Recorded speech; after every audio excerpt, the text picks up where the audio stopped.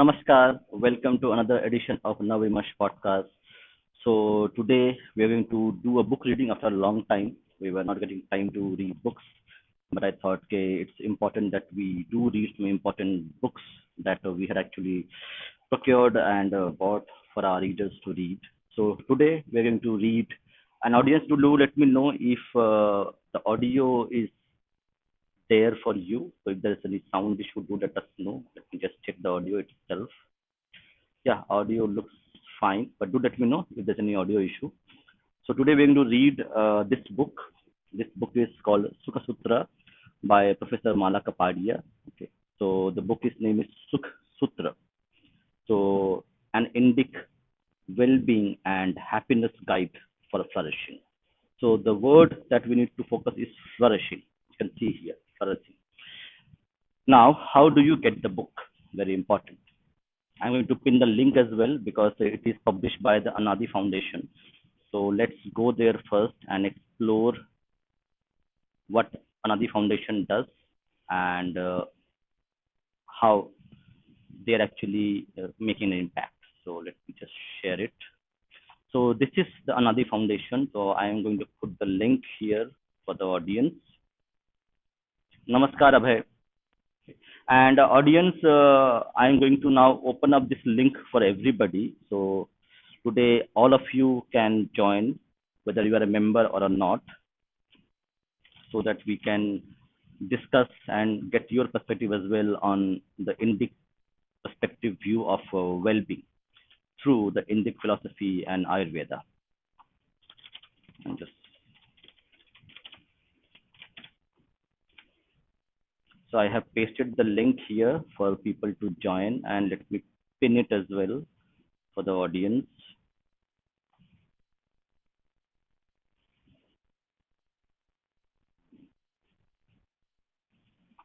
Okay, so I am going to pin this message. It is pinned. So all of you who wants to join us and discuss about this. So before we go, let's again go there. So this is the website that you need to go to know about Anadi Foundation and purchase the books. Many books they have, including the book by Professor Mala Kapadia. Okay, she has done her PhD, and we're going to explore Anadi Foundation as well, what they do before we go into the book itself, and also we learn a little bit more about the author herself itself. Okay, so this is the book link that all of you might want to visit to procure this book. And just if you want to have any, if you have any questions, unique approach. Yes, thank you. So let's explore the site as well, the Anadi Foundation site. So this is the book, and the book I have is I met the author at the Kullad Festival in IIT Mandi, and I got the book signed by her. So if you can see here, so I was lucky enough to interact with her and know the ethos and the philosophy behind her work. Okay. And surprise, surprise, we have the author with us. Namaste, ma'am. Hello, ma'am. Are you able to hear? Namaste. Namaste, namaste, Namaste. namaste. Namaste. We are really lucky to have you, ma'am. But I did not expect you would be joining us. So for the audience also, it's a great surprise. Even I did not know that you would come. Okay. So, ma'am, if you can turn on your camera, it is fine, or just we can use the audio itself, whatever you feel You like. send me an invite. No, I did not expect you to, because for me actually it is important to actually coordinate with you and then get the podcast. So today is going to be book reading session, but anyway you are here, so it is a bonus for us. So, yeah. So, ma'am, can you just talk about the book itself that I am showing here? Okay, let me now remove this. Yes, ma'am. So all the guests who have joined us, okay, so we have the author with us, Professor Mala Kapadia with us. So a big thank you from all of myself and my audience that you have joined us. So, ma'am. 1 second, let me switch off yeah. the YouTube because there are double. Yeah, it will happen. Yeah, you can switch it off.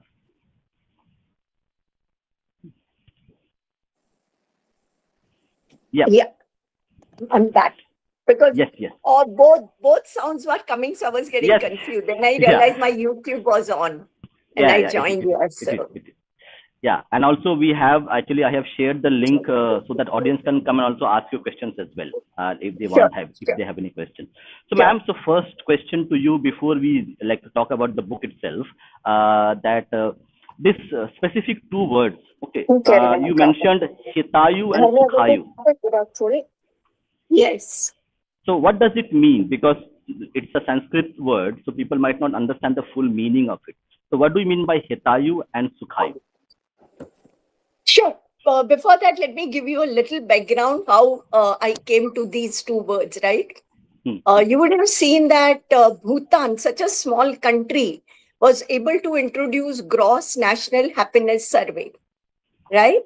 And it tried changing the focus from GDP to happiness surveys. And then, unfortunately, as it happens, it has become a very commercial rather than professional way of looking at countries.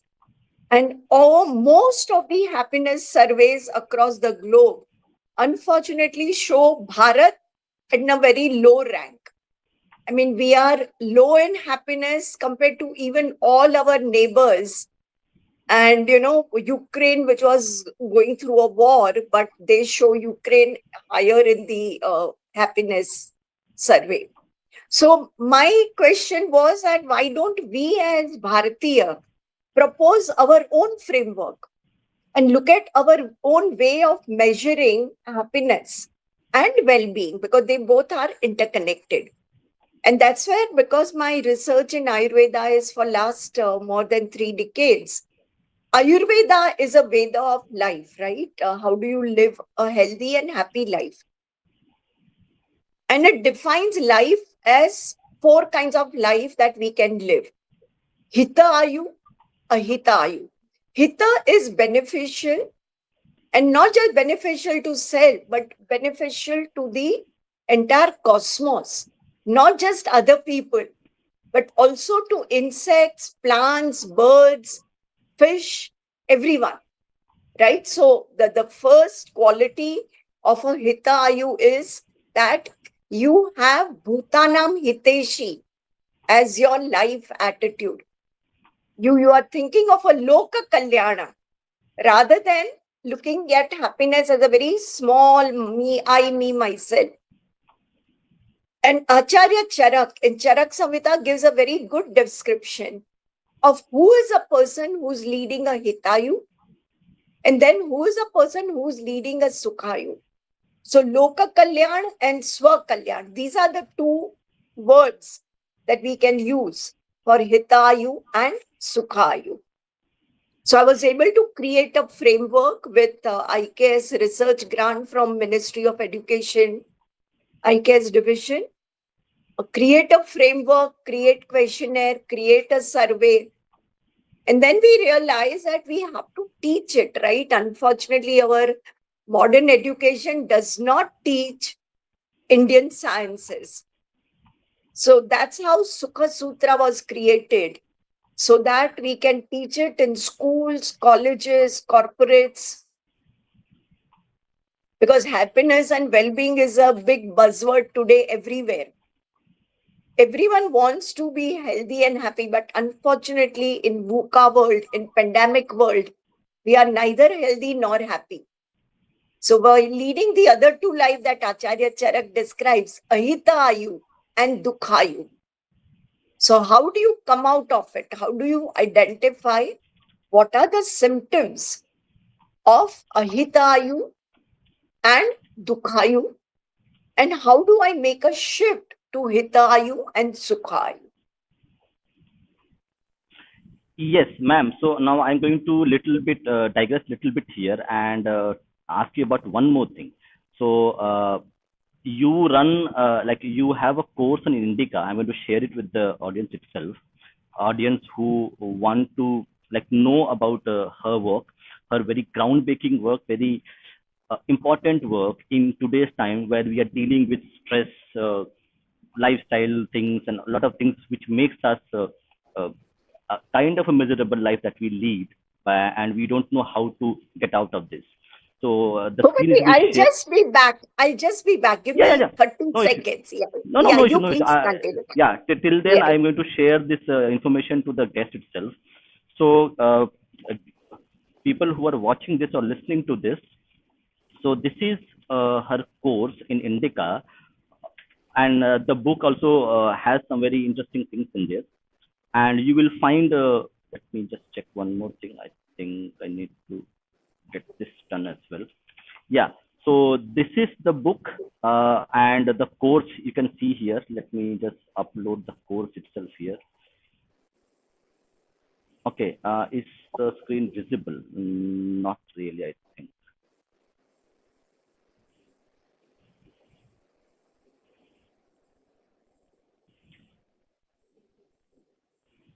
Yeah. Yes. So correct. So you run a course on Indica.courses where you teach Indic psychology. Yes. Yeah. Just got the So second course just got completed. I hmm, taught one way back in 2022 and hmm. another one just got completed a month ago. Yeah, so I have shared the link as well for the audience who wants to avail. I'm going to put all this information in the link as well, also in the description. Sure. And maybe later, I'm going to create some specific documentation. I'm going to delve deep into the book's concept itself. We'll not read the book, but going to talk about the Indic psychology, okay, the holistic approach to Ayurveda, and how in our daily lives we can actually incorporate some simple principles, which is going to make our life bit better than what we are today. So we're going Absolutely. to discuss this and maybe create a bit of a structured framework where we going to talk about this, because people are generally very apprehensive about when we talk about like pranayam or pranavayu, and people think a lot of things which are not scientific. So we would discover them with you. So just tell us about this Indic psychology course that you run with Indica, and if people want to avail this, or what they will gain from this, what kind of changes, what kind of improvements they can have if they enroll for this course and get the knowledge of into psychology. Sure. See, what has happened in our education, we never learn anything authentic about us, right? For you, you yourself are a stranger. You know everything about the world. You know about geography, chemistry. You know about planets that are far away. You know about all the market products, and you know about management of financial portfolio.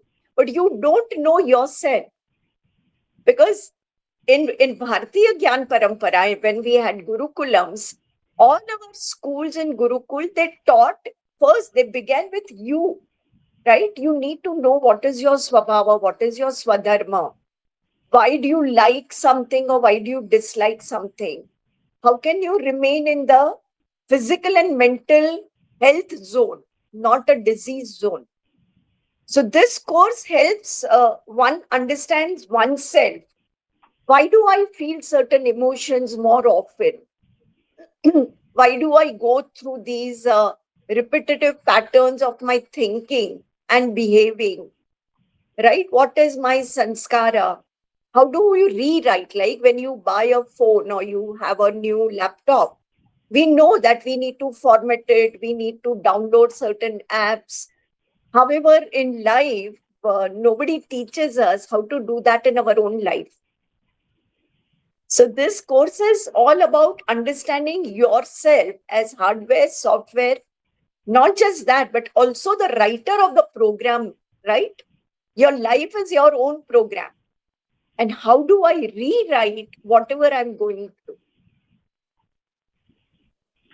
Understood.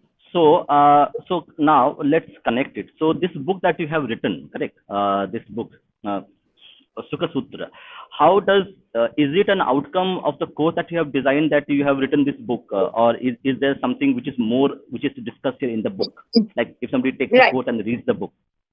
right. So as I said, this Indic psychology course is a separate thing, and Sukha Sutra is a separate project. Sukha Sutra came out of my Hitāyu Sukhāyu, the happiness and well-being framework, that I wanted to create. And out of that entire 3-year project with IKS division, this book has come up to teach. So there are some parallels, because in Indic psychology, I talk about Panch Mahabhuta, I talk about Tridosha, right? I talk about emotions. And in the similar fashion, but Sukha Sutra is a little diverted because it also tells you how to lead a happy and healthy life. Got it, got it. So now let's delve deeper into that concept that you have talked about. Okay, before we go that, like for your course on Indic psychology, who should take it? Is it open to everybody? Everybody can needs it, It is or open to everyone, Bhupati. It's open to everyone because I think psychology is something that we all need, right? To understand self and understand others, and lead a very productive, creative life, lead a very healthy life. So psychology is for everyone. yes, because the people consider this as an academic thing. So, okay, do I need it? Example, everybody would be asking, correct, if I'm a salesperson, or if I'm a manager, if I'm an RT worker, or if I am running a shop, a business, do I need to go and learn about the psychology? Okay, that questions will be coming Because aside. see, all of us behave in a very autopilot way, right? We don't even know why we behave the way we behave. We all have had bad managers and good managers. We don't even know if we are a good manager or a bad manager, right? Because we are on autopilot, right? Then there are foreign concepts like emotional intelligence and emotional competencies. But you realize that our Indic psychology has offered all these concepts. How we all get demotivated at times, and how do I motivate myself? We all see many other people around us who are demotivated. How do I motivate them? Right? To motivate somebody, you need to understand your own mind first, manas, because the Western psychology is still stuck in only the cognitive brain. It has no idea what is a heart and what is a manas. So in Indic psychology, we go into a little more depth into understanding the role of heart and the role of manas in a big way. Correct. So, like this is something which all we need to have. So, ma'am, little bit more, like if you can delve a little more into, you talk about correct mental models and worldview, but for the audience sake, can we talk about when you define manas or mind, hriday, and heart? Okay. So these are very little abstract constructs for people who have never understood the IKS, like our index sphere of study.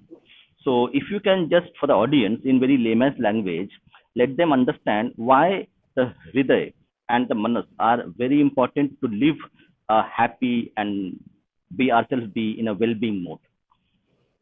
Right. Because see, we are made up of, according to Ayurveda, we are made up of Sharir, Indriya, Manas, and Atma. Body, Sharir, we all understand. Now, Sharir has senses, right? Our senses connect us to the external world. You are seeing, you are listening, you are eating, tasting, you are experiencing touch, you are smelling something, right? And all these five senses, along with the, Gyanendriya and Karmendriya. So, along with all the 10 senses, we experience the outer world. But then there is also an inner world, right? And that's where Ayurveda positions manas as a 11th indriya. So we have 10 indriyas, and then manas becomes the 11th indriya. And unless manas is attentive, your brain may be here, but your manas, if it's wandering somewhere else, then your brain will not register what is happening. Understood. So, but well, I am going to like ask you questions from the layman's perspective. Okay. So when we say that okay, manas is very important, and this is where our productivity comes from. Our attention span is going down because a lot of social media and other lifestyle things with instant gratification, and this manas part and our attention span is going down, and overall like we are very like in we see road rage incidents going up. We see violence being going up. People are irritated. People get angry very quickly. People are frustrated very quickly if they don't get what they want in the time itself. So in that context, okay, control over manas or managing manas, how this can actually improve our lives, our personal lives, and also our professional lives. To manage something, you must first understand it, right? Let's say you have joined a sales person as a person in some organization. First, what you do, you understand the products or the services. Even if you're in marketing, you need to understand the products and services that you are going to market. And therefore, you need to understand manas first. And I don't think in this short podcast, I can explain to you what is manas and hriday. So, would you want to go back to Sukha Sutra? In fact, I came to Exactly, listen to exactly. you. So I okay, came to no. listen to you on Sukha Sutra. See, I have actually gone partially of the book, but what I do is I read the text. So, like one two chapters, I will be reading it. But Sure, please go yeah, ahead. okay. Please So go I will ahead. be reading That it. would be very Uh, interesting. And yeah, you I'm can going to close read it. down the share screen. You can close it down, right? Yeah. Yeah. I am going to read Yeah. the intro itself. Okay. The Sure. introduction that you have given, that is a very interesting one, and the questionnaire we will do it later. So, introduction. Okay. So this is the introduction of the book itself, chapter one. Have you ever stopped to wonder what it truly means to be healthy and happy? Is health and happiness something we can measure, like the steps on a fitness tracker, or is it something deeper, more profound? Welcome to the first steps on an adventure unlike any other, guided by the wisdom of an ancient but incredibly relevant Indic framework of Ayurveda and yoga. This adventure, this adventure's destination, your well-being and your happiness. Ayurveda is the science of life, offering insights that go beyond merely avoiding illness. It represents a way of living that emphasizes harmony and balance. Health is an integrated state of physical, mental, emotional, spiritual balance and harmony. We will refer this as well-being. Okay, so this is very interesting. So health is an integrated state of physical, mental, emotional, spiritual balance and harmony. Now, in our modern healthcare and modern education itself, and model the way we consider health, good health and bad health. Correct? So we are healthy or unhealthy. In this context, we only talk about the physical health and some part mental health. But again, in the modern medicine, mental health is again derived from some chemical imbalance happening in your brain, in your body, which again would be referring. So again, the mental health also is not separated from the physical health. The mental health is like a symptom or a creation of physical health actually creates the mental health issues in modern medicine. But two things which are important, that is emotional and spiritual balance. I think now with the research happening, emotions have been gaining traction in terms of emotional quotient and emotional intelligence being talked about in modern psychology, which was not there 100 years ago or maybe 50 years ago. The last part, which is important, is the harmony and balance, spiritual balance. So this is something which is very intangible, and modern science does not actually recognize spiritual spiritual aspect of our life as something which is scientific in nature, and also harmony. So what do you mean by these two things, spiritual balance and harmony, which are actually intangibles, and right now modern medicine cannot define them or don't have data on this. Sure, modern medicine doesn't have a lot of, even in the Western world, lot of research on consciousness and spirituality is happening. Even if you look at Bhutan's happiness survey, because Bhutan's culture is very closer to our Bharatiya culture, and they do talk about integrating spirituality as a part of happiness. Because since childhood, most of our festivals are connected with becoming larger than who you are. So spirituality is different than religion, right? You may follow any religion, any pantha. But spirituality is understanding the essence of life itself, that I'm not just this body, but I'm energy and I'm connected with everything around me. And that's where my earlier question that I didn't answer you, the role of the heart comes in, right? Because Hridaya Chitta Samvita, the consciousness resides in the heart. Unfortunately, in today's life, today's world, today's education, only is brain centered. It's not heart centered, right? But where do you feel joy? In the brain or heart? Where do you experience gratitude? Where do you experience empathy and compassion? Right? I cannot give you a toolkit to develop your empathy. 5 ways to develop empathy. This is what the Western world is doing.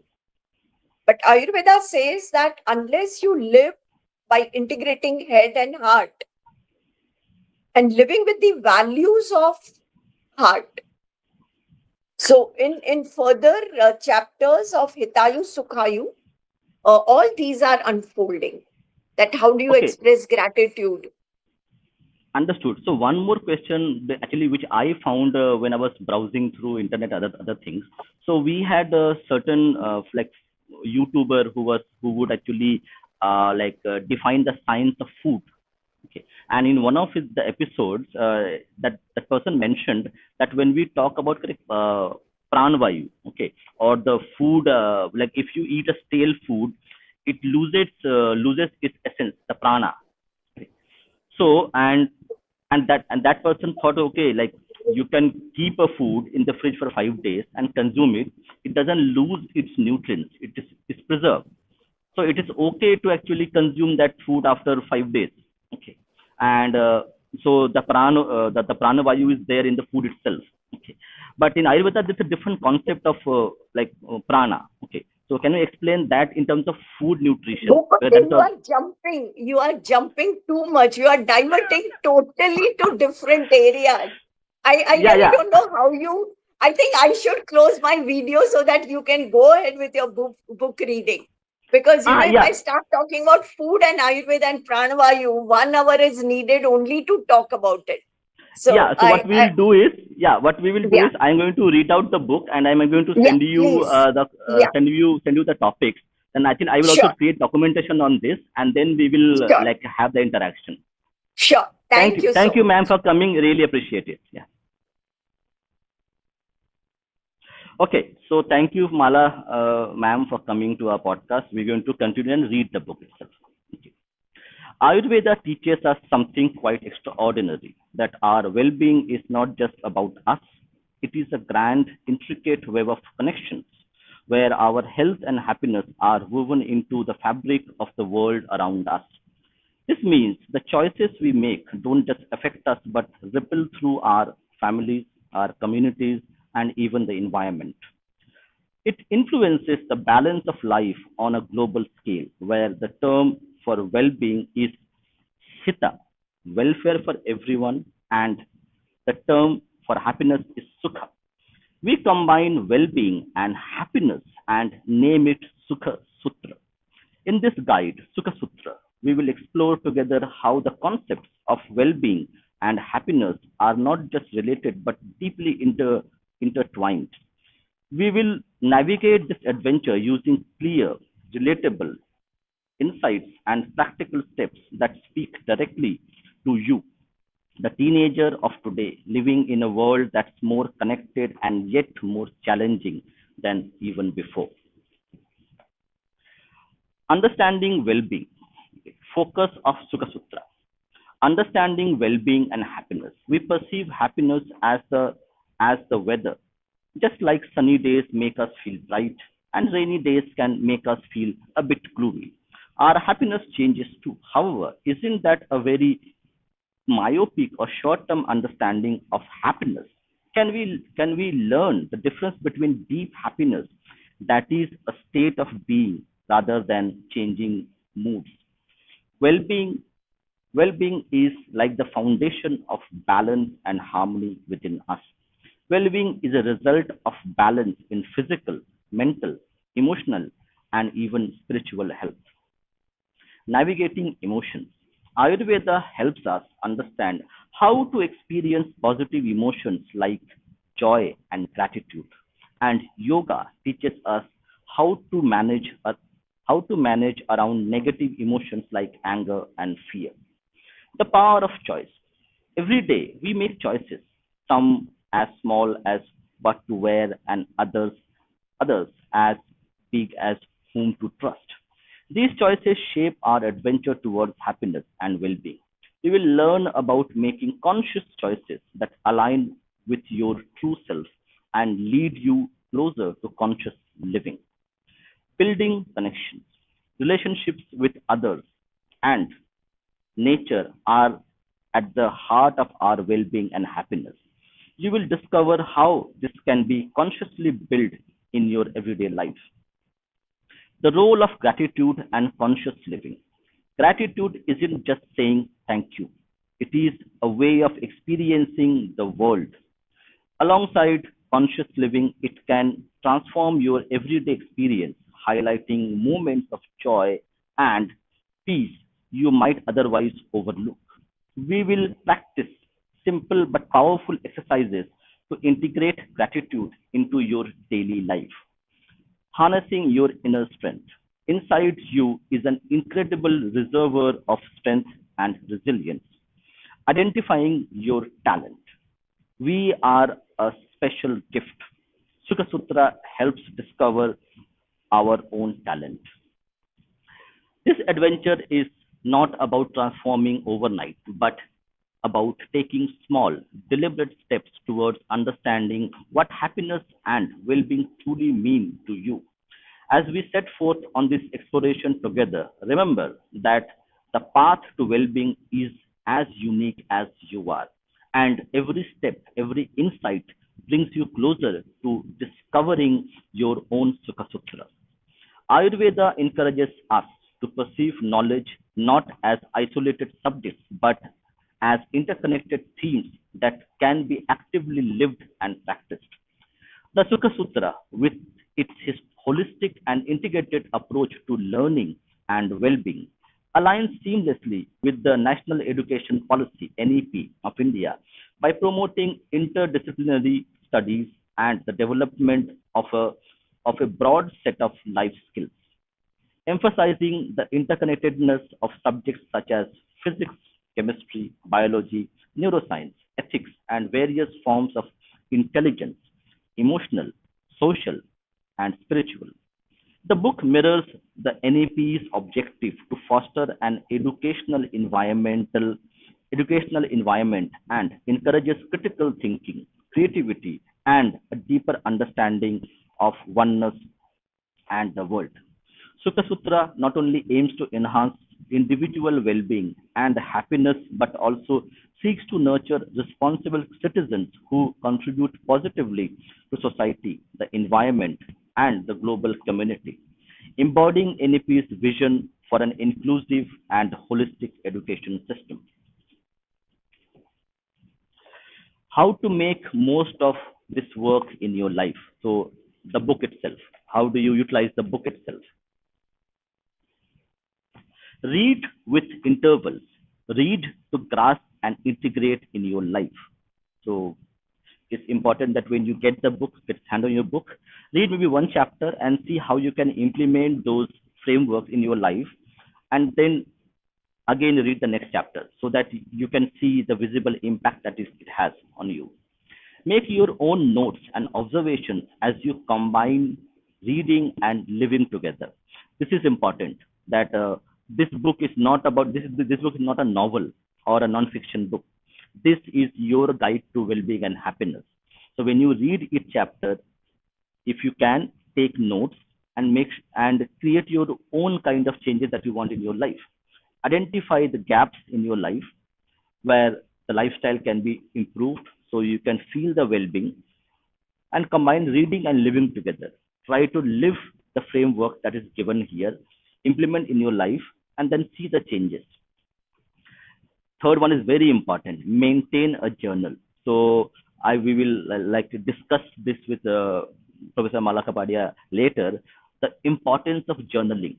I can tell you from my perspective, journaling every day if possible, or maybe once or twice in a week on a weekend is going to contribute immensely to your well-being and a better mental health. People don't understand how important journaling is to our lives, to make our lives a little bit easier.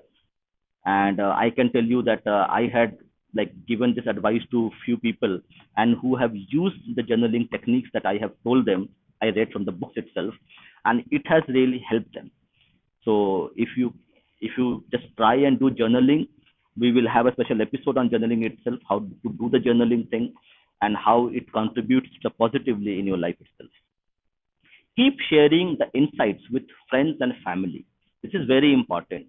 That if you are feeling better, feeling positive about your life by implementing the frameworks discussed in this book, you should not keep it to yourself, because your family and friends also part of the cosmos itself. So share it with people so that they can also get value and they can also live a better life. That's all we want. Share good things in our life. Keep sharing insights with friends and family. This increases the joy of learning and creates an ecosystem. Very important point Professor mentions here. And create an ecosystem that are sharing the practices.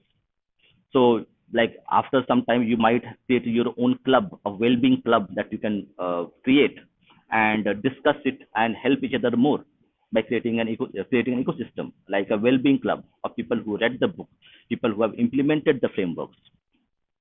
Five, finally, remember 3 R's. So this is a special technique most probably invented not by her but some other person. We talked about this.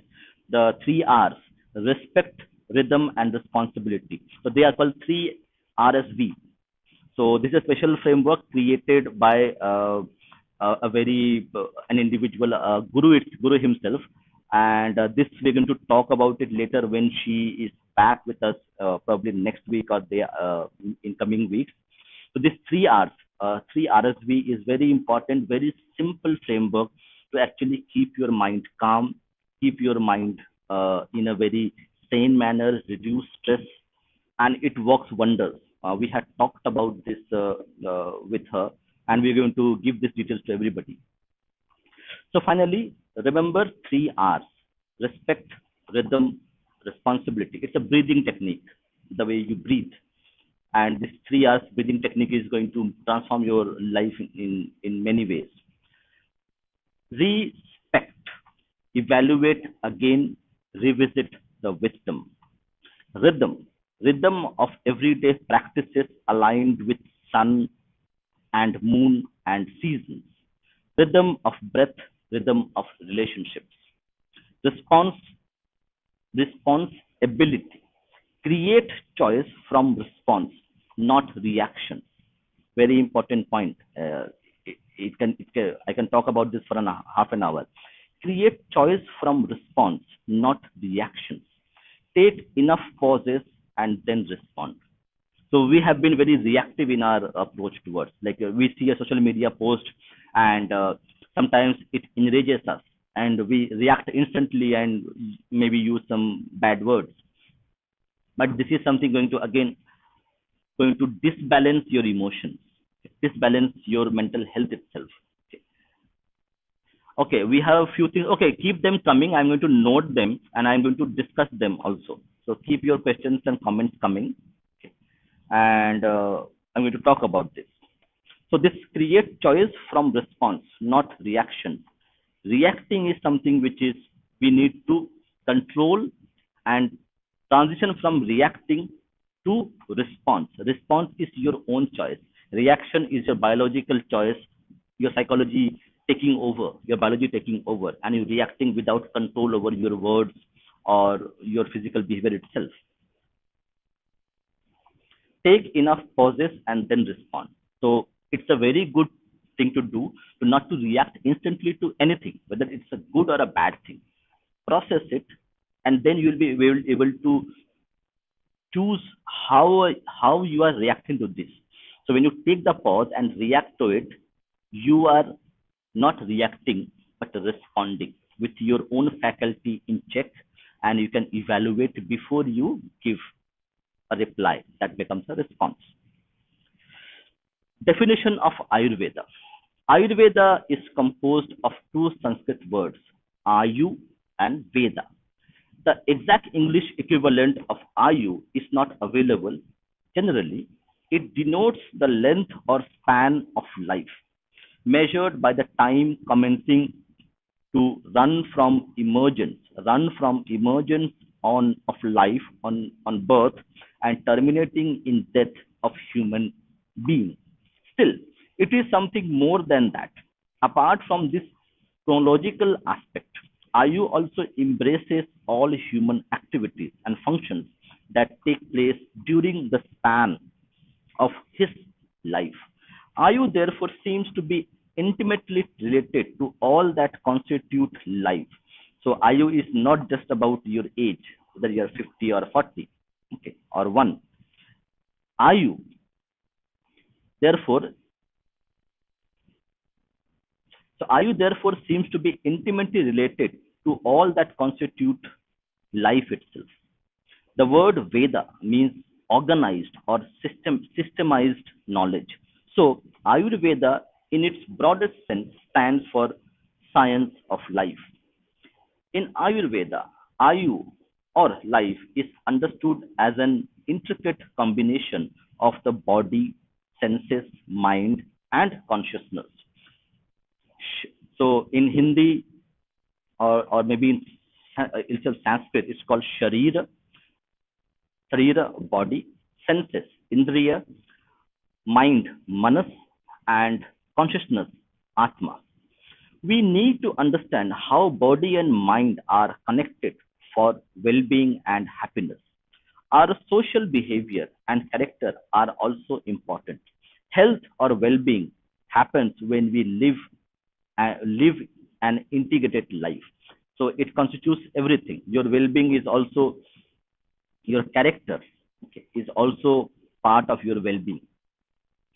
Ayurveda categorizes Ayu or life into four types. Hitāyu, welfare-driven or beneficial life. Ahitayu, harmful life. Sukhāyu, happy life. And Dukhāyu, sorrowful life. Most of us live a kind of a Dukhāyu nowadays. We are not happy with our job, not happy with how much money we have, not happy with our boss, not happy with the family or your life partner, or maybe unhappy with just yourself because you are not able to do what you want to do. So generally, we are into this last part of our life, sorrowful life that we live. Okay, and what our goal should be to live Sukhayu, a happy life, and for that we need to understand our biology and also our psychology, but from a Indic perspective and the way it is defined in Ayurveda. Reflecting a comprehensive perspective that encompasses both personal well-being and societal health. It's important part that we are talking about societal health as part of our well-being. We are generally happy if we have good friends, if we have good family relationships, and that keeps us grounded in so many ways.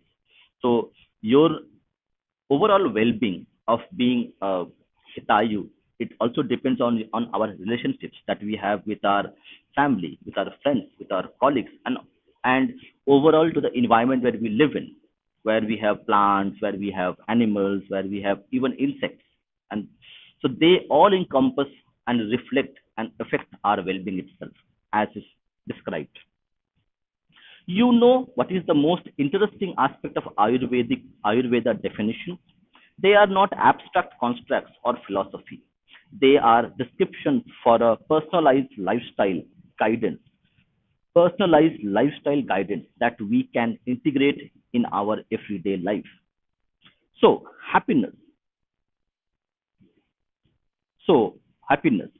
So happiness is kind of we can derive from Ayurvedic principles and we can create our own intricate framework. So it doesn't have to be a standard that we see in normal life itself, that we take a specific pill and that pill is given to everybody. So Ayurveda is about personalizing your remedy by yourself itself. So it talks about there are descriptions for a personalized lifestyle guidance that we can integrate in our everyday life. So Ayurveda describes is, how a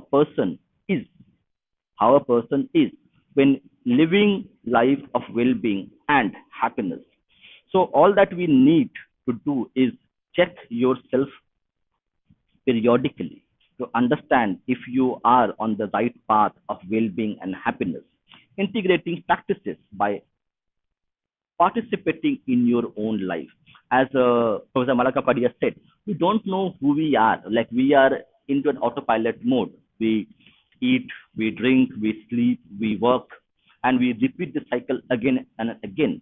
But we seldom take time, take pause to actually understand who we are, what I am doing with my life, what I want, and these things are integral part of your well-being. What is well-being and happiness according to Ayurveda? Ayurveda, the science of life, is rooted in texts by sages who mastered the art of healthy and joyful living.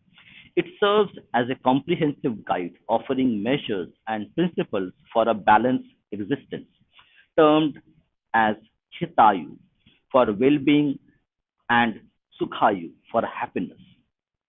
So there is a quote here in Sanskrit. I try to read it, right? I'm not able to read the full in its proper pronunciation, but we'll try. So Acharya Charak describes science of Ayurveda as one that measures and describes well-being and happiness. Hitahitam sukham, dukhyam sasta hitahitam. So now the second part, I'll not be able to read it, but I will get a person who can read it. So it is from Samhita 1.41. I can share it as well. Okay. So it means Ayurveda is that which deals with good, bad, blissful, and sorrowful life. So again, we'll have to decode this. The sloka mentions says Ayurveda is that which deals with good, bad, blissful, and sorrowful life, and with what is wholesome and unwholesome for it, longevity, and about what ayu life is in itself. So that describes what Ayurveda means. It not only means that you are consuming some Ayurvedic medicine. Ayurveda is life itself. Okay. It takes into account everything that life throws at you. Now, 4 dimensions of life. Hitāyu, inclusive life. Hita is in alignment with others and universe. So Hitāyu, inclusive life. Hita is in alignment with others and the universe. As Professor Malakapadia mentioned, that Hita is in alignment. So the inclusive life that we lead. So the people whom we live, okay, the person who comes and cooks my food, the animals who are just outside my home, the birds, the people, okay, and even even the things which doesn't have pranavayu, okay, the environment itself, everything is integral. So Hita is in alignment with others and the universe, the cosmic energy, the sun, the Jupiter, and everything that we have. So it's in alignment. A person is living Hitayu when she or he does not harm any person in thought, in speech, and in action. So that's why we say Ayurveda is the science of life, and it is inclusive of everything that life means to us. So not so Hitayu is when she or her, an individual, does not harm any person in thought, thinking about doing bad things to a human being or to an animal itself, okay, or to the cosmos. Speech, saying bad things to people, which might harm them, which might get them sad, and action, taking action, maybe harming somebody physically itself. Lives, moves, and acts and lives, and the other way, lives, moves, and acts in kindness, humility, goodness, and works with single minded dedication in life, establishes harmony in a family and society, is self discipline, controls his or her negative traits like anger, agitation, excitement, etc. Such a life always enjoys good health, harmony, and happiness. A Hitayu, self centered life. A person who is guided by his or her self interest, prejudice, manifests negative traits of anger, agitation in personal, professional, and social lives, distracted and harming others for own benefits in life. Such a person is destructive and suffers from many disorders, may be very competitive, unmindful, selfish, greedy, and myopic. So let's focus on the last one, myopic. So what do you mean by myopic? I will ask the audience to put in the chat and say, what do you mean by myopic vision of an individual and what harm it does? Sukhayu, life of happiness. Su means auspicious and Kha means space.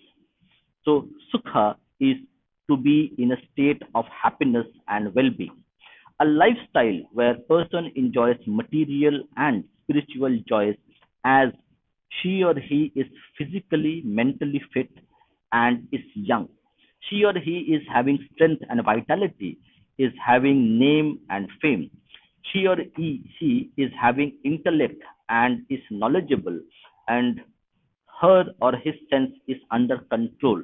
Again, we talk about there's a movie called Anger Management, and there would be psychologists who would come and counsel him how to do anger management. So control over our senses is very important and essential to live sukhayu, a life of happiness. You can't live a happy life. So we can't live a happy life if we don't have control over our senses. That could be your eyes, your ears, your touch, your anger, frustration. So she is having intellect and is knowledgeable, and his or her sense is under control and is able to do their work. We need our senses to actually in our control to get what we want for the benefit of myself and also for the society. Very important, and that we live today. Dukhayu, life of sorrow. What is Dukhayu? A person living in ignorance and falsehood, living his or her life which contradicts the ways of living as mentioned above, falls into this category of living. So the opposite of Sukhayu is Dukhayu. He or she suffers and lives a stressful life. Very important part that we all experience nowadays. Okay. Going through motions of life, reacting with aggression and depression. Hitayu and Sukhayu help us understand what a fulfilling and happy life entails. Hitayu refers to a life guided by principles and actions that promote well being and happiness. These principles include being, okay, we will now talk about the principles. The principles of Hitayu and Sukhayu, what they entail. So let's talk about this.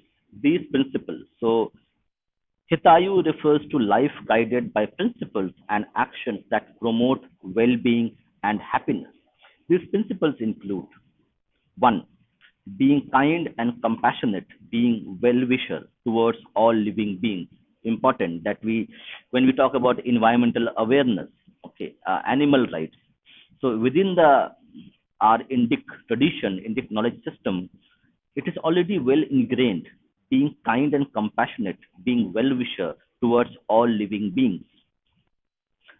Avoid greed and desire for others' possessions. We always are looking at others like that the person or your colleague or somebody just lives beside you in a city.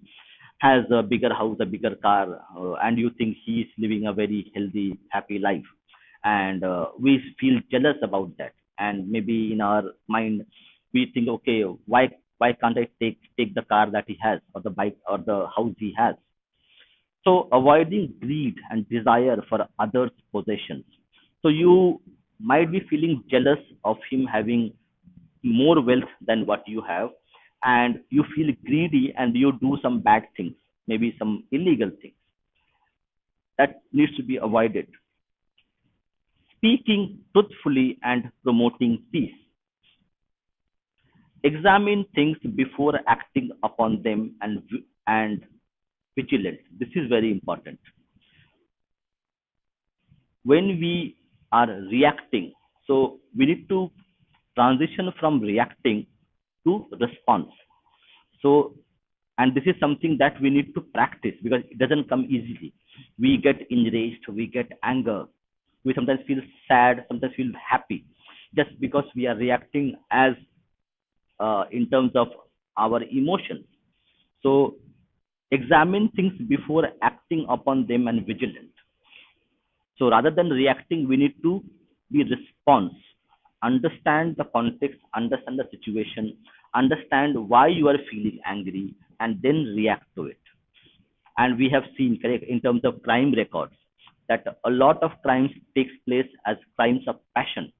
People get angry, frustrated, and they do some bad things, and that is reacting, not response.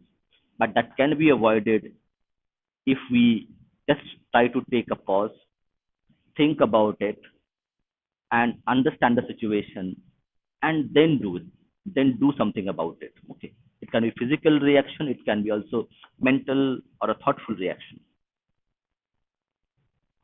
Pursuing the goals of righteousness, dharma, prosperity, artha, and pleasure, kama, without causing harm to others. So, and this is very important when we talk about spirituality, that spirituality doesn't, so so we just understand, correct, a person who is spiritual, he doesn't have wealth, he doesn't have uh, a lot of other material wealth in that way, and we consider them, okay, if I want to lead a life of spiritual life, then I have to let go everything. But it is not the case, as mentioned here, that your well-being also means pursuing dharma, righteousness, pursuing artha, like earning money. Earning money is not bad. Artha and pleasure, like life is all about pleasure. Like the life driven is by pleasure. Right? If you don't have pleasure in your life, what else you what else will be like motivating to do things? Like if you want to go on a holiday, which you let's say somebody wants to go to Char Dham Yatra and see temples. Now that is a desire, but that is a desire in the right context. So, pursuing goals of righteousness, dharma, prosperity, artha, and pleasure, kama, without causing harm to others. End of the day, if all these three things, the material, the spiritual, and the dharmic things that we do, they should not be harming others. I cannot steal money from somebody and go on a Tirth Yatra. That is going to be antithetical. I cannot earn money in where people get harmed. We see a lot of medicines, fake medicines being sold in the market, or harmful medicines, and people make money and they donate this money to a temple. But that money is earned by wrongful ways, by harming people. That is not allowed. You are allowed, and you should go and earn money. You should go and feel pleasure in your life, be happy, but without harming others or the environment or the, the animal, and in total being in sync with the cosmic energy. So if your act does not harm anybody in a conscious way, then you are in the right path and you will feel the hitayu or happiness in your life. Respecting and serving elders. I think we all, in our when we were small, we were taught to respect elders, and not to shout at them, listen to them. If they're saying something, listen to them and say, okay. So this is very important part of our upbringing. Nowadays, it is not there, but we got this knowledge itself that we need to respect elders. Maybe they might say something which will not be relevant to us, but we don't have to be and tell them in front of them, okay, that you are saying bad thing. There are ways of communicating things to people, but end of the day, we need to remember that our elders want good for us. They are not intentionally saying something which is bad for us. Yes, they might not know the knowledge, they might not know enough about few things, and it can be communicated, but not any given moment we should be disrespecting our elders because they don't have a PhD or education. Still they have good at heart for us. Cultivating knowledge of arts, sciences, and tranquility. We're going to talk about this tranquility a little bit later because again it's a little bit there, but we can understand cultivating knowledge of arts and sciences. Having self-control over emotions like passion, anger, and envy. Engaging in charitable acts, meditation, and acquiring knowledge. Having a sense of spiritual awareness and purpose. This is very important. Having sense of spiritual awareness and purpose. A lot of people are lost in their lives because they don't feel that what their purpose is. I am doing a job, everybody is doing their business or whatever they are doing. But when I ask myself even or for others, like what's your purpose is, and they feel lost, and that can be maybe detrimental to being living a happy life because purpose is very important in human psychology, and that's something we have to like find out. And you can only know the purpose of why you are doing something is by knowing yourself. Again, we need to spend our time with ourselves. Take a pause, do meditation, meditate on your own thoughts, meditate on what you are doing, what you want to do, what makes you happy. Yes, Purushas. Engaging in charitable acts, meditation, and acquiring knowledge. Understanding. If I don't know something, if I want to do something but don't know about it, knowledge acquiring is very important. Acquire knowledge about it, learn about it. Having a sense of spiritual awareness and purpose. Maintaining focus on positive thoughts and actions. Now there is a little bit of controversy around. Sometimes we call about like how do I say toxic positivity. There are a lot of videos on this about the toxic positivity where like people have forgot to actually analyze their own actions and term them everything as positive what they are doing in life. Again, that is wrong. But in general, in particular, when a day happens starts in the morning, correct? Morning to night, there will be five things good happening to you, five things bad things happening to you. But we need to learn and process the negative part as well, but focus on the positive part itself. Because when we think what happened good to us, that gives us motivation, that gives us the mental cushion that we need. Because by in general, mind can go into like a rabbit hole when we too much focus on our negative aspect of our lives, and then it becomes a cycle where everything looks negative, negative, negative. I am not saying okay, only think about positive things. What we can do is when something bad happens to us, process it, and then channel it towards a positive result. Like if I want to earn more money, and let's say I don't earn enough money right now, then I can learn, reskill, upskill myself, and get a better paying job. So you are having a negative thing where you don't have enough money. So you think, okay, I don't have enough money to buy that specific product. And that negative aspect emotion can be channeled in a positive way where you learn something new and you earn more money again. it can be used, but focusing on the positive part of our lives are very important to give us a happy life. Always focusing on negative things is going to make you unhappy, even if you have five things that can should be making you happy. Living a meaningful and purposeful life. So this is the last page of this introduction. Sukhayu refers to life that is filled with happiness and contentment. We, the current generation or the people who live now, have forgot this word called contentment, atmatushti.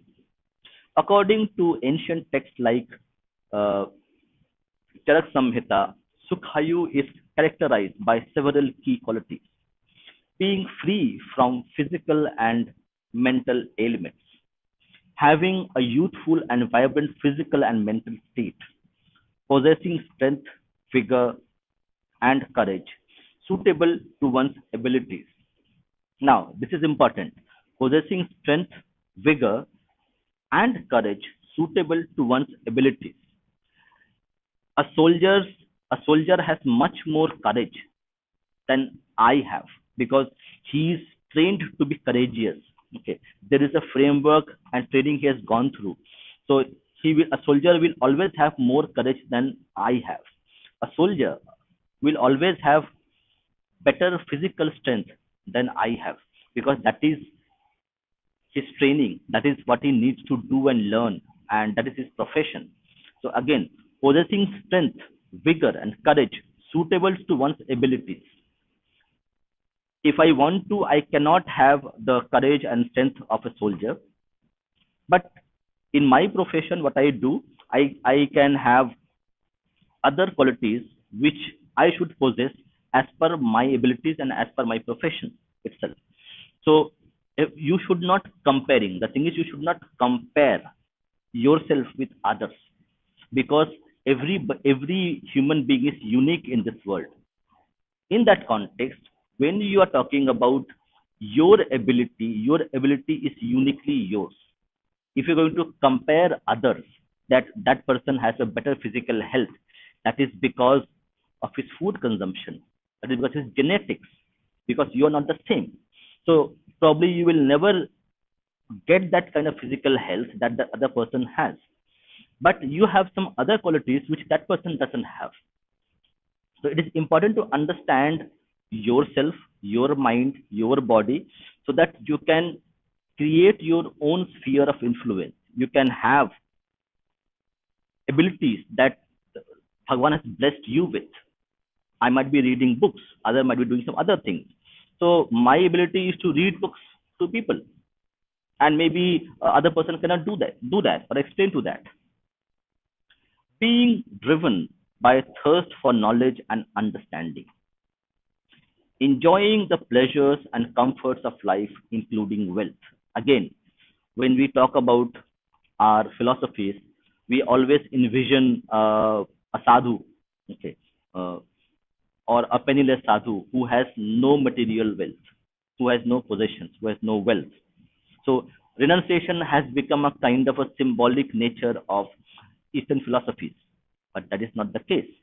Enjoying your happiness life also means enjoying pleasures and comforts of life, including wealth.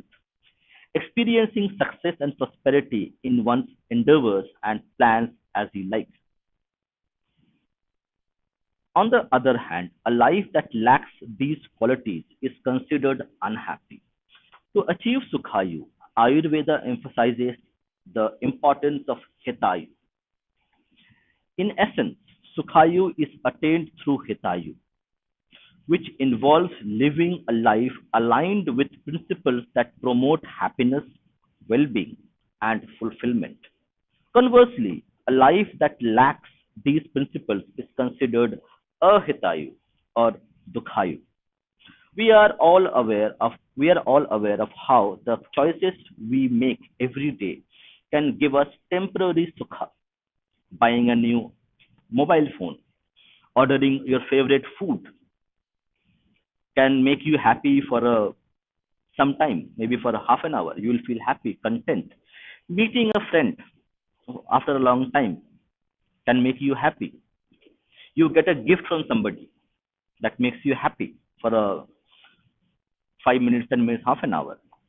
Like indulgence of sensory pleasures, like you go, like a lot of women go for makeup and they feel happy. Lot of people go and watch movie and they see and hear what is happening in the screen, and that makes them. So these are all sensory things that makes us happy. We are consuming through our senses, through our eyes, through our touch, through our ears, what we hear. Listen to good music, like indulgence of sensory pleasure, having an ice cream or junk food, but it is not beneficial to your well-being or leading to heta. You may not like controlling your taste buds or other sensory pleasures like watching. Screen addiction, addiction to mobile phones is a kind of that. Pleasure of watching TV till late night, but a disciplined lifestyle creates long-term well-being, heta, and happiness, sukha, both. Disciplined lifestyle may seem like dukha or unhappiness. Like if I am going to wake up at 4 a.m. in the morning and read books or learn something I want to learn. Let's say I want to learn the Tamil language. So I can wake up in Brahma Muhurta, 3:30 a.m. and post 3:30 a.m. Maybe I wake up at 4 a.m. and then try to learn Tamil in that morning of 3:30 a.m., 4 a.m., where everybody is sleeping. And that may seem that, okay, I am living a very miserable life. No, everybody is sleeping. They'll wake up at 8 a.m., have tea, and go to office. And I am feeling miserable learning a skill at 4 a.m. by sacrificing my sleep. So initially, it will look like I am having a Sukhāyu, a sorrowful life. But it creates hita as it is beneficial to you. By by I'm able to learn Tamil, speak Tamil, I will be able to interact with people who live around us, understand their customs, talk to them, make new friends, and maybe feel feel at ease at my environment. I don't have to worry about how to read the signs, where to go, what to buy specific things, and all I can do. So it creates hita as it's beneficial to you. I'm able to better interact, better live in a place if I know the language itself. So there are various combinations of hita and sukha. Hita, but not sukha. There then there is dukha, but hita, and sukha, but not hita. So this concludes chapter one of this book. So okay, so if people want to join and discuss this, you can please join. I have pinned the link here itself, or I'll take some comments until people who want to join. And we have one more program coming in 10:30 p.m. on Christianism with Dr. Bijit Prasanta. So do join us for that as well.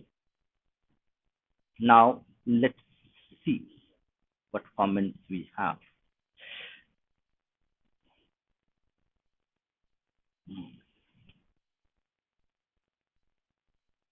Okay, so Abhay has commented, I know someone very close who is into yoga and Ayurveda. That person that person left his or her well-paying corporate job in Abu Dhabi to get into this field of wellness. Yes, but this is not something, again, correct.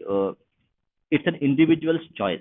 Okay, living a happy life, living a sukhayu, doesn't mean you let go of your all material possessions. Feeling pleasure, having material things is not something that is going to make you unhappy. So it's an individual personal choice. Again, correct, it's a personalized guide. Somebody feel okay, I should leave my material possessions, have a lesser paying job, and I will have more mental peace. That's fine. But that is not which is absolutely required to live a hitayu.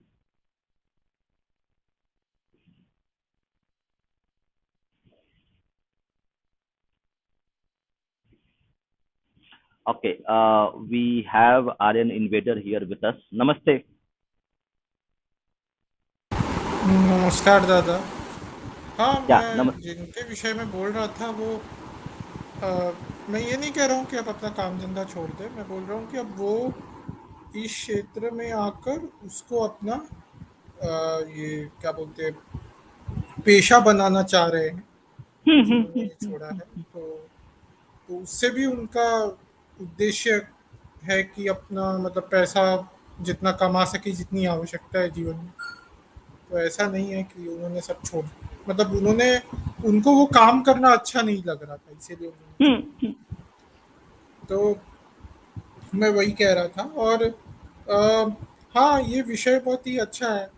और क्योंकि मैं उनसे बात करता रहता हूँ, तो इसीलिए मुझे लगा कि आप इस विषय पर, हाँ हाँ इस विषय में आपको बताना ठीक रहेगा। तो मेरी उनसे एक बार सत्व, राजस और तमस पर बात हुई थी। ये तत्व क्या है, इस तत्व के लक्षण क्या है, इसमें खाना पीना कैसा होना चाहिए, आपके आपका दिनचर्या कैसा होना चाहिए।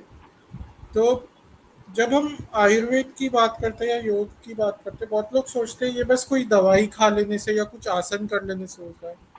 फिर जब आप जैसे जैसे लोगों से बात करते हैं जो इन विषयों की जानकारी रखते हैं, तो आपको पता चलता है कि ये पूरा जीवन शैली, आपके सोच विचार भाव भी उतने ही शुद्ध होने चाहिए यदि आपको सुखी होना है। जैसे आप ऊपर से तो बड़े स्वस्थ है शरीर से, पर आपका मन में भाव अच्छा नहीं है, आपको लगता है कि मैं इसको लूट लूं, या आ, मेरे पास तो इतना बल है कि सब मेरे चरणों में झुककर रहेंगे और मैं किसी को भी दमन कर दूंगा। कई बार लोगों में मैंने ये भी देखा है कि वो लोग शास्त्र आदि पढ़कर, हमारे ग्रंथों को पढ़कर जिसमें इतनी उच्च स्तर की बातें लिखी हुई हो, उनको उस बात का अहंकार हो जाता है कि मैं ही ज्ञानी हूँ, इसको पता ही क्या हाँ। है, ये तो जानता जैसे ही कि हम क्या है। लोग पढ़ रहे थे, तो ये जो प्रिंसिपल्स हैं, ये सारे प्रिंसिपल्स हैं। तो लोग समझते हैं कि अगर हम सिर्फ दवाई खा लेंगे आयुर्वेदिक, तो हम हेल्दी हो जाएंगे या हमारा विल हम हैप्पी हो जाएंगे। पर जीवन के जो हर एक एस्पेक्ट हैं हमारे, वो कवर कवर करता है आयुर्वेद। तो इसमें सारी चीज़ें हैं। तो इसके बारे में डिटेल से हम लोग बात करेंगे, क्योंकि ये बहुत ही गंभीर मतलब विषय है। इन पर एक एक टॉपिक पर एक एक घंटे की बात हो सकती है। पर ये एक सवाल आया है, does following sattvic eating habit help us curve the monster within us? नहीं, क्योंकि अगेन यहाँ पर है ना कि हितायु वो है कि अपने थॉट्स में, by thought, by using your voice, okay, by thought, voice, and action. So if you are using a sattvic diet, if you are eating sattvic diet, but in your mind you are always thinking about doing harm to someone or abusing somebody verbally and harming somebody physically, it will not be there. So it's a holistic part of it. You are consuming sattvic diet going to help you, but that is not the only thing which is going to like curb your negative instincts. So it's a whole lifestyle that we need to lead. Your mind needs to be geared in such a way that you are not having negative things in your mind. So a clean mind and a clean eating, they both work together. But only clean eating and watching other bad things or being influenced by some other negative things is not going to help you with sattvic food itself. या I mean, हाँ, तो मैंने अपने निजी जीवन में जैसा देखा है इस विषय पर कि Your voice हर is एक slowing चीज। down. So just check your mic. It is losing. Hello hello. Yeah, your voice is low actually. Hello, now is it okay? Yeah, go and speak.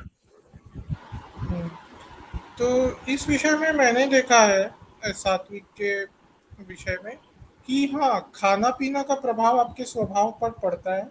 जैसे आप कह रहे हैं, आपकी बात एकदम सच है कि केवल खाना पीना पर्याप्त नहीं है। इट इज नेसेसरी खाना पीना बट नॉट सफिशिएंट। उसके लिए आपको समय पर नहाना धोना उठना, आपका दिनचर्या अच्छा होना चाहिए, मन के भाव शुद्ध होने चाहिए, आसपास का वातावरण। आप यदि दूषित हवा पानी में रह रहे हैं तो भी वो सात्विक विचार नहीं आएंगे, क्योंकि आपको शरीर को कष्ट पहुंच रहा है तो मन कैसे स्वस्थ रहे। पर जहाँ तक खाना पीना के विषय में प्रश्न है, तो जितना मुझे पता है, अब मैं कोई एक्सपर्ट नहीं हूँ, जितना मुझे पता है वो ये है कि जब आप, जैसे उदाहरण देता हूँ, जब आप तीखा कुछ खाते, तीक्ष्ण तीखा ऐसा कुछ, तो आपके शरीर को कष्ट पहुंचता है, आपके आंखों से पानी गिरने लगता है, ये सब होता है। तो उसमें भाव जो आएंगे ना वो सात्विक कभी नहीं आएंगे, वो वाली बात। उसमें सात्विक भाव कैसे आएगा, उसमें भाव थोड़ा सा एग्रेसिव आए। इसीलिए जैसे मीट ईटिंग को अलग अलग ढंग से डिस्करेज करना, जैसे बहुत बहुत सारे ट्रेडिशंस में किया जाता है, क्योंकि उसको माना जाता है कि वो सात्विक नहीं है। जैसे प्याज और लहसुन, क्योंकि उसके फ्लेवर्स बहुत पंजेंट होते हैं, तो उसके भाव भी सात्विक नहीं आते, ऐसा बोला जाता है। तो इस पर तो कोई एक्सपर्ट ही और अच्छे से बोल पाएगा, पर जितना मैंने अपने कंटेम्पलेशन से समझा है, मैंने ये समझा है कि हमारी संस्कृति में आप जो कुछ भी करते हैं ना वो आपके भाव से जुड़ा, जो भी करते हैं उससे जो भाव आता है आपके मन में, वो बताता है कि ये सात्विक है, रजस है या तमस है, ये भाव है ये तो इसीलिए खाना पीना भी महत्व रखता है कि आप बिल्कुल कैसा भाव। बिल्कुल बिल्कुल बिल्कुल। आपको और कुछ कहना है, क्योंकि हमारा एक और प्रोग्राम चालू होने वाला है 1 घंटे में, तो उस पर भी बात करेंगे और हम ये हाँ प्रोग्राम चालू नहीं रखेंगे हम।